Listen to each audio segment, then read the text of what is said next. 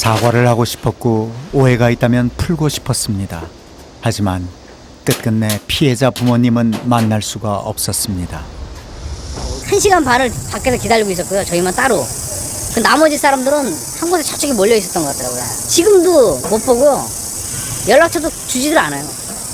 당연히 그 부모들도 가해자가 될 수 있고 피해자가 될 수 있는 그 부모들하고 만나서 얘기를 할 수 있는 거를 학교에서 해줘야 되는 게 당연한 거잖아요.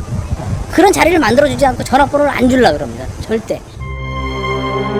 아름이 아버지는 결국 사과할 기회조차 얻지 못했고 학폭위에서는 아름이에 대한 징계를 내렸습니다.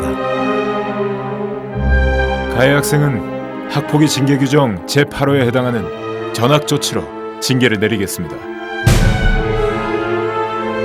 징계 이후 아름이의 반 친구들은 탄원서를 쓰고 서명운동을 벌였습니다. 사안 조사가 제대로 이루어지지 않고 내려진 징계를 인정할 수 없다는 내용이었습니다.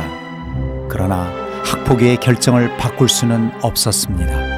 학교에서 선생님들이 조금만 더 양쪽 부모들 얘기 정확하게 듣고 그리고 이게 걸릴 건지 아닐 건지 얘기를 해야 되는데 그런 거에 대해서 조사도 하나도 안 했고 자기가 다 얘기해놓고 나중에 그러는 거예요. 뭐 의견도 없는 것 같은데 그냥 강제정하로 그냥 하시죠. 나머지 사람들은 혐의도 없는 것 같은데 하시죠. 위원장이라는 교감이 그렇게 얘기하면 그대로 그냥 그게 되는 거예요. 그냥 법이에요. 아름이네 가족은 그렇게 삶의 터전을 옮길 수밖에 없었습니다. 굉장히 사법적인 그런 기구처럼 이렇게 돼버리는 게 문제가 되는 거죠. 그러니까 이렇게 대책이 되면서 그전에는 뭐 화해하자 그냥 둘이 이런 식으로라도 다 됐었는데 학폭위에서는 그냥 아무리 작은 사안도 서면 사과는 뭐 처리해야 된다. 그래야 이게 학폭위가 성립이 된 거다. 이렇게 인식하고 있기 때문에 제작진은 학폭위 결과에 불만을 이야기하는 또 다른 가족을 만나보았습니다. 중학교 2학년인 광현이는 학교폭력 피해 학생입니다. 그런데 광현이 가족 또한 학폭위에서 내린 결정을 인정할 수 없다고 말합니다. 본인은 계속 스트레스. 갑자기 와가지고는 막 밀면서 막 급식실에서 네가 한 거 모르냐 막 그러면서 넘어졌었고 다시 일어나가지고 돌아서잖아요. 돌아서니까 이제 나의 따귀를 때리고 얘는 때린 게 아니고 방어로 손을 빗기라고 하는 찰나에 안개에 걸려서 떨어진 건데 그 부분을 당신들이 원하는 쪽으로 폭력으로 인정을 해서 얘가 서면 사과를 왜 해야 되는 거냐. 맞지 않으려고 팔을 휘둘렀을 뿐인데 학폭위에서는 광현이 또한 상대 학생에 대한 가해자로 결정 내렸습니다. 광현이에게 내려진 처벌은 서면 사과. 억울함을 풀어달라고 그 회비를 열어달라는 거였는데 더 억울하게 만들어놓고 이걸 그 결과물을 가지고 인정을 해라는 것은 당신들 업무상 편하게 업무 처리하기 위한 방법이었지 얘를 위한 방법이 하나도 없다. 폭력 이후 분쟁을 조정하기 위해 만들어진 학폭위.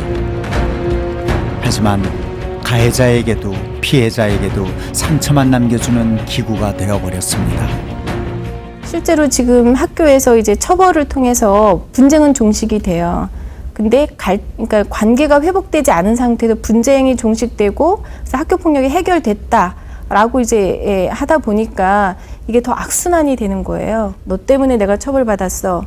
라는 이런 아니면 제가 나한테 그렇게 했는데 그 처벌이 너무 가벼워 이런 식으로 원한만 계속 되기 때문에 근본적인 문제 해결은 관계 회복 없이는 불가능하다고 생각을 해요. 학폭위의 결정에 대한 불만이 많아지면서 재심을 청구하는 사례도 급증하고 있습니다. 그런데 거기에는 또 다른 이유가 있었습니다. 부모님들이 예전에는 생기부에 등재가 안 되니까 학교 처분에 받은 부분에 흔적이 없지 않습니까? 자료가 남지 않으니까 좀 억울한 처분이 있다 하더라도 그냥 이해하고 넘어가는 수준이었으나 이제는 그 생활기록부라는 그 부분에 대해서 흔적이 남기 때문에 재심을 통해서 생활기록부에 있는 내용을 지우거나 감경시키기 위해서 많이들 하시는 거죠. 학교 폭력에 관한 징계 종류는 모두 9가지. 서면 사과부터 강하게는 퇴학까지 있습니다. 그런데 징계를 받으면 생활기록부에 모든 기록이 남게 됩니다. 이 제도가 시행되기 전 2건에 불과했던 재심 건수는 8개월여 만에 70건이 넘어섰습니다. 생활기록부에 기록이 남으면 상급 학교 입시에 큰 영향을 줄 수 있기 때문입니다. 제작진은 생활기록부 기록 문제로 어려움을 겪고 있는 학부모님들을 만나보았습니다. 저희가 억울하든 말든 서류상으로는 가해자로 적힌 거예요, 지금. 적혔기 때문에 이런 말씀을 하는 것도 굉장히 조심스러워요. 어머니의 자녀들은 스마트폰 메신저를 통해 친구를 따돌림한 잘못으로 학폭위의 징계를 받았습니다. 징계를 받은 학생은 모두 9명. 그 학생들 중에는 단지 대화방 명단에 이름이 있었다는 이유만으로 처벌을 받은 학생도 있습니다. 아이의 생활기록부에는 학교폭력 가해자 기록이 남게 됐습니다. 입학사정관들이 제일 먼저 보는 게 활동 특성 및 종합의견 파트거든요. 거의 가능성 있었어요. 그랬는데 안 됐어요. 서류에서 안 됐어요. 서류에서 안 됐고, 그리고 그 고등학교 입시가 여러 단계가 있는데 지금 2단계, 3단계, 4단계도 다 할 수가 없어요. 저희가 경험을 해봤기 때문에 다 가능성이 있는데 할 수가 없어요. 생활기록부에 기재된 것 때문에 네. 문제가 되는 거예요. 네. 잘못한 일에 대해 처벌을 받는 건 당연한 일입니다. 하지만 문제는 아이들에게 낙인처럼 기록이 남는다는 것입니다. 그냥 사회에서로 따지면 전과자예요. 그냥 말하자면 그런 느낌이에요. 우리 아이한테 빨간 줄 갔구나. 그런 피해에서 애들을 보호하자는 차원은 좋은데 이게 아직은 너무나도 부족한 부분이 많은 거예요. 그래서 이걸로 인해서 정말 너무 많은 아이들이 피해를 당하니까 학교 폭력을 없애려면 그 법 자체가 학교 폭력이 아닌가 하는 생각이 들어요. 지난 7월 정부는 학교의 자율적인 예방 활동을 강화한 현장 중심 학교 폭력 대책을 새롭게 발표했습니다. 다양한 체험 중심의 예방 교육이 확대되고 생활기록부 기재는 그 기간을 5년에서 2년으로 단축했습니다. 하지만 그 교육적인 효과를 두고 여전히 논란이 되고 있습니다. 당사자 입장에서는 사회봉사 활동을 하고도 또 대학 진학에 불이익을 받는 이중처벌이 분명히 존재하는 거고요.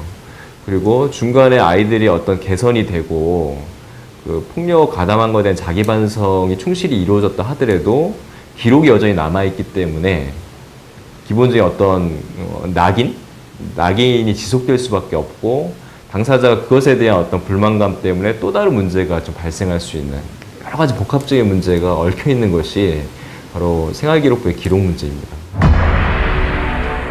하지만 교육부는 생활기록부 기재를 통해 학교 폭력을 방지하는 효과를 거둘 수 있어서 정책을 포기할 수 없다는 입장입니다.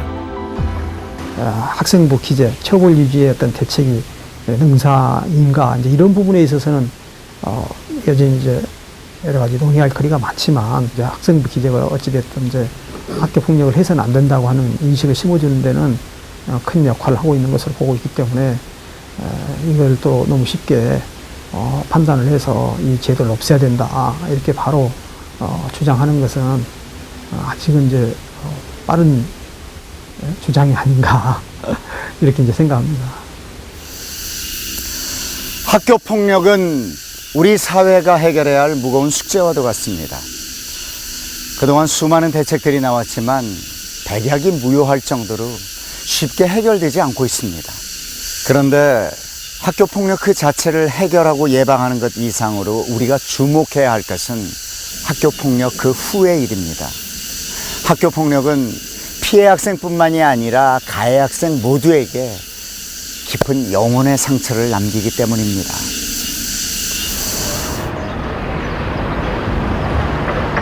경기도 남양주시. 학교 폭력은 한 아이의 삶을 전혀 다른 방향으로 바꿔버리기도 합니다. 아직은 앳된 얼굴의 성현이. 엄마. 작년에 있었던 학교 폭력 피해 이후 성현이의 삶은 많은 것이 바뀌었습니다. 요새 이렇게 그냥 여기서만 뱅뱅 도는 거야. 왜 요즘에는 그러면 멀리 애들 만나는 게 두렵지, 저쪽 애들. 저쪽 애들은 지가 안 만나려고 그러고 아이들에 대한 두려움이 있어요. 성현이는 왜 친구가 두려운 걸까요? 지루했어요. 왜 지루했어? 일주일에 한 번씩 다닌다는 미술 치료실. 성현이는 오늘도 자신의 작품으로 생각과 마음을 표현합니다. 얘는 지금 기분이 어떨 것 같으니? 집으로 떨어졌을 때? 울었어요. 울었어? 네. 어때서? 어떤 기분 때문에 울었을까? 성현이는 어떤 마음에서 외로움을 표현한 것일까요?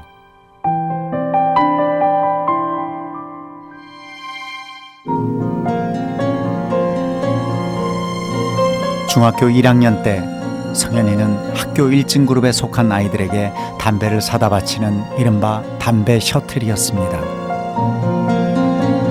처음엔 맞지 않으려고 시작한 일이었고 나중엔 그 아이들과 친해지기 위해 계속 심부름을 했습니다. 친해지려고. 저는 생각하는 게요. 애들 말 다 들어주면 친해질 것 같다는 생각에 되게 멋있어 보였어요, 걔네들이. 되게 저보다 높은 자리에 있는 것 같아요. 되게 왕처럼 그렇게 느꼈어요. 그 친구들과 어울려 다니면서 학교 폭력의 피해자였던 성현이는 다른 친구들을 괴롭히는 가해자가 되어버렸습니다. 마음속으로는 갈등을 겪고 있으면서도 친구들과의 관계를 유지하기 위해 범죄도 서슴지 않았습니다. 얘가 하루는 학교 갔다 오더니 나 오늘 엄마 학교 안 가요. 못 간대. 왜? 그랬더니 나 내일 가면 뒤져요. 응. 왜 뒤지냐? 담배 때문에. 2학년 형들도 3학년 형들도 자기한테 담배 달라고 난리를 해서 내일 꼭 갖고 온다 그랬대. 근데 담배 살 돈이 없으니까 이제 학교 안 간다고 막 그러더라고요. 미술 치료를 시작했을 무렵 성현이가 처음 만들었던 작품에서 당시 성현이의 마음을 알 수 있었습니다. 처음에는 악마와 천사가 둘이서 싸우고 있는, 자기 마음속에서 지금 악마하고 천사가 둘이 싸우고 있대요. 그래서 누가 이길지 지금 모르고 있대요. 그러니까 얘도 굉장히 갈등을 하고 있었던 것 같아요, 속으로. 내가 살기 위해 남을 괴롭혀야 했던 아이의 마음은 얼마나 지옥 같았을까요?